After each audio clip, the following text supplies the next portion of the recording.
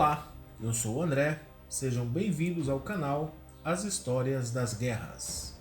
Hoje falaremos sobre a Batalha de Passo do Rosário, a maior batalha da Guerra da Cisplatina. Em 20 de fevereiro de 1827, o exército do Império do Brasil encontrou o exército republicano, formado principalmente por argentinos e uruguaios. Este encontro resultaria na maior batalha da Guerra da Cisplatina. Os imperiais eram comandados por Felisberto Caldeira Brant Pontos de Oliveira Horta, que possuía o título de Marquês de Barbacena, enquanto os republicanos eram comandados por Carlos Maria de Alvear. Ironicamente, o território em que Carlos Maria de Alvear nasceu hoje pertence ao Brasil, a cidade de Santo Ângelo, no Rio Grande do Sul. Dias antes da batalha, os republicanos haviam entrado em território brasileiro com um grande exército e marchavam em direção à cidade de Rosário do Sul. Os imperiais foram informados da movimentação, mas de início o Marquês de Barbacena não quis ir ao encontro dos argentinos e uruguaios, pois sabia que as tropas brasileiras estavam em desvantagem. Contudo, a decisão do Marquês em esperar para se fortalecer mostrou-se um erro, com muitos voluntários passando a desertar, sob o argumento de que se o exército imperial não ia enfrentar os invasores, eles iriam embora para defender suas próprias casas e fazendas quando o exército invasor chegasse por lá. Então, sob o risco de ficar e perder ainda mais tropas, o Marquês marchou à caça do inimigo. No dia 19 de fevereiro, os dois exércitos já estavam perigosamente próximos. Alvear seguiu para conquistar Rosário, mas encontrou o rio Santa Maria muito cheio. Então, enfrentou o dilema: tentar atravessar e correr o risco de ser pego pelos imperiais durante a travessia, em uma posição de desvantagem, ou tentar ficar e preparar uma emboscada para o exército brasileiro. Resolveu ficar e iniciou uma marcha de volta para tentar achar um lugar adequado para o combate.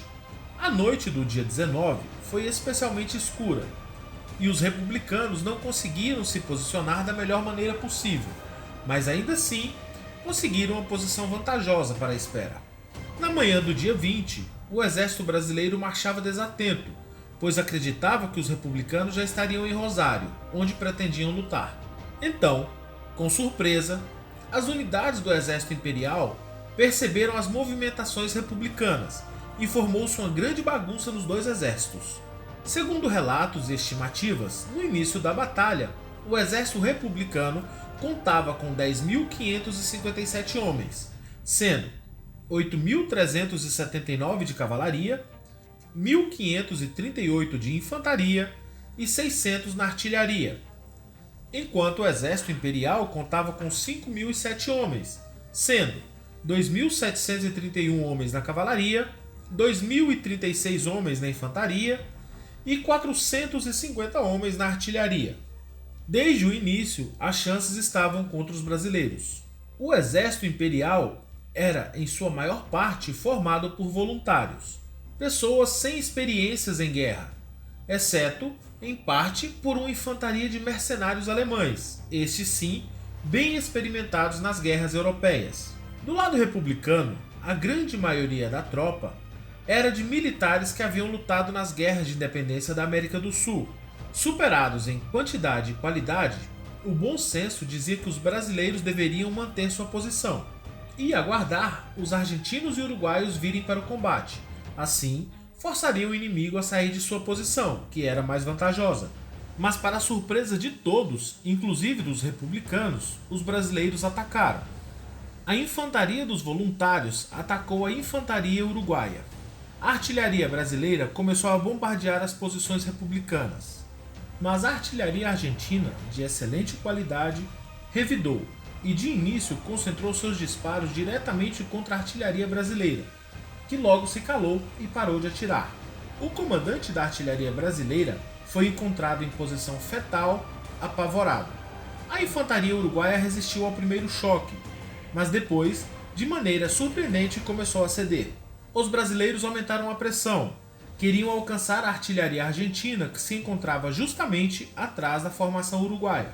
A cavalaria do Marechal José de Abreu ataca o flanco direito dos uruguaios.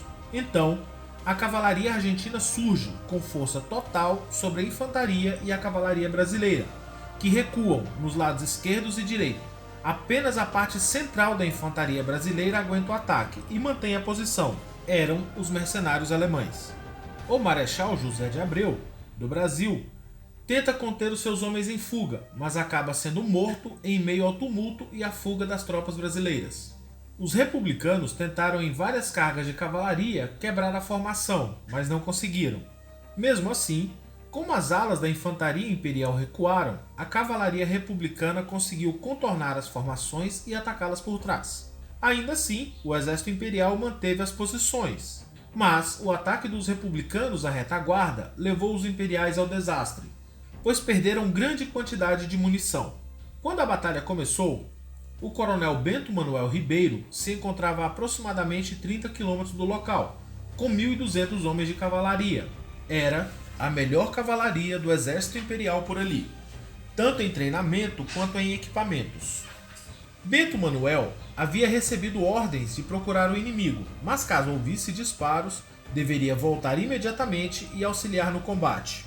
Então, sabendo que o exército republicano era bem superior em número e provavelmente em qualidade, considerou que não chegaria a tempo de ajudar em nada e que a vitória imperial seria impossível e fugiu com sua tropa. Bento Manuel estava a aproximadamente 1h30 do local da batalha e a batalha duraria 11 horas. Bento Manuel, ao longo da vida militar, teve várias atitudes questionáveis, inclusive na Revolução Farroupilha, mudou de lado 2 vezes, terminando o conflito ao lado dos imperiais. Então, enquanto os imperiais aguardavam um socorro que nunca veio, a cavalaria do exército imperial no local, formada em sua maioria por vaqueiros gaúchos, lutou bravamente contra os republicanos. Já ao final do dia, o campo de batalha estava em chamas.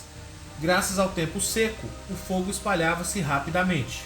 E para infortúnio ainda maior das forças imperiais, os ventos jogavam as chamas em direção às posições brasileiras. O Marquês de Barbacena ficou diante de uma dura realidade. As forças imperiais ainda combatiam. As infantarias que haviam recuado no início do combate haviam se reagrupado e agora repeliam os ataques dos argentinos. A cavalaria imperial, de modo incrível, ainda enfrentava os argentinos e uruguaios. Mas a perda das reservas de munição no começo da batalha agora se tornava insuportável. As tropas imperiais estavam praticamente sem munição. Os incêndios no campo de batalha faziam vítimas quase exclusivamente do lado brasileiro. E os reforços de Bento Manuel, que não chegaram nas últimas 10 horas, certamente não chegariam agora. Então, o Marquês ordenou a retirada do campo. As tropas imperiais, sem desfazer a formação, iniciaram a retirada. Os republicanos, também exaustos e após perderem cerca de 10% de suas forças, não tiveram ânimo para iniciar uma perseguição. Ao final das 11 horas de combate, o Brasil perdeu cerca de 200 soldados, enquanto os argentinos e uruguaios perderam aproximadamente 1.000. É importante lembrar que a população de todo o Uruguai nessa época era de aproximadamente 70 mil pessoas, e a população de toda a Argentina era de menos de 1 milhão de pessoas, enquanto o Império do Brasil era de quase 5 milhões. Ou seja, em uma batalha, a Argentina e o Uruguai perderam o equivalente a 0,1% da população total de ambos. Parece pouco, mas para se ter uma ideia, se tal valor fosse calculado em relação à população brasileira atual, seria equivalente ao Brasil perder em uma única batalha 200 mil combatentes. Os republicanos voltaram ao Uruguai, abandonaram os planos de tomar o Rio Grande do Sul e imediatamente começaram a procurar meios para negociar a paz, pois seria impossível aos uruguaios e argentinos continuarem a guerra com este nível de perdas. No final das contas, a batalha, apesar da vitória republicana, serviu principalmente para incentivar o lado hispânico a procurar a paz. Se você gostou desse vídeo, se inscreva no canal e compartilhe em suas redes sociais. Isso é muito importante para nós. Não se esqueça de clicar no sininho. Assim, sempre que chegar vídeo novo, você será avisado. Curta também as nossas páginas no Facebook e no Instagram, As Histórias das Guerras. Obrigado.